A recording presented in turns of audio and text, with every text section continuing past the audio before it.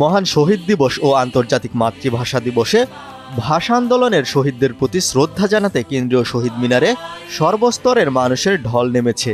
বিভিন্ন সংগঠন থেকে শুরু করে সব শ্রেণী পেশার মানুষ ফুল হাতে নিয়ে আসেন শ্রদ্ধা জানাতে। পিছিয়ে নেই শিশুরাও।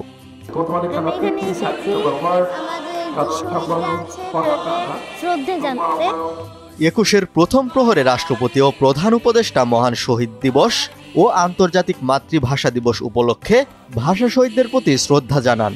এরপর অন্যান্যদের শ্রদ্ধা নিবেদন শেষে রাত 12:40 সাধারণ মানুষকে শ্রদ্ধা নিবেদনের জন্য ঢাকা বিশ্ববিদ্যালয়ের পলাশী মোড়ের প্রবেশ পথ খুলে দেওয়া হয়। এরপর সর্বস্তরের মানুষের ঢল নামে। ফুলের ডালা, গাঁদা গোলাপের মালা আর হাতে লেখা প্লেকার্ড নিয়ে শহীদ বেদির দিকে এগোতে থাকেন হাজারো মানুষ।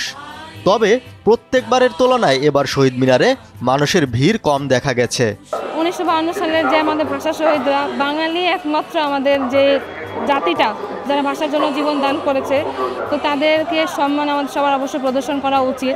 তারা যে জীবন দান করে আমাদের বাংলা ভাষাটা দিয়ে গেছে, তাদের যে সম্মানটা, সেই সম্মানটা আমরা প্রদর্শন করার জন্য প্রতি বছর আমি আসি, তো এই বছরে আসছি। তাদের প্রাণদানের বিনিময়ে আমরা আমাদের মাতৃভাষার মাধ্যমে নিজের ইচ্ছা আবেগ প্রকাশ করতে পারতেছি, এটাই আমাদের গর্ব। আল্লাহর অশেষ রহমত যে এবার আমি সুযোগ পেয়েছি। আমার নাতি সে লন্ডনে থাকে, আমার মেয়েও লন্ডনে থাকে, ওরা এসেছে, ওদেরকে নিয়ে এসেছে শহীদ মিনারে ফুল দেওয়ার জন্য। 1999 সালের 17 নভেম্বর ইউনেস্কো 21 ফেব্রুয়ারিকে আন্তর্জাতিক মাতৃভাষা দিবস হিসেবে স্বীকৃতি দেয়। সারা বিশ্বে দিবসটি পালিত হয়ে আসছে।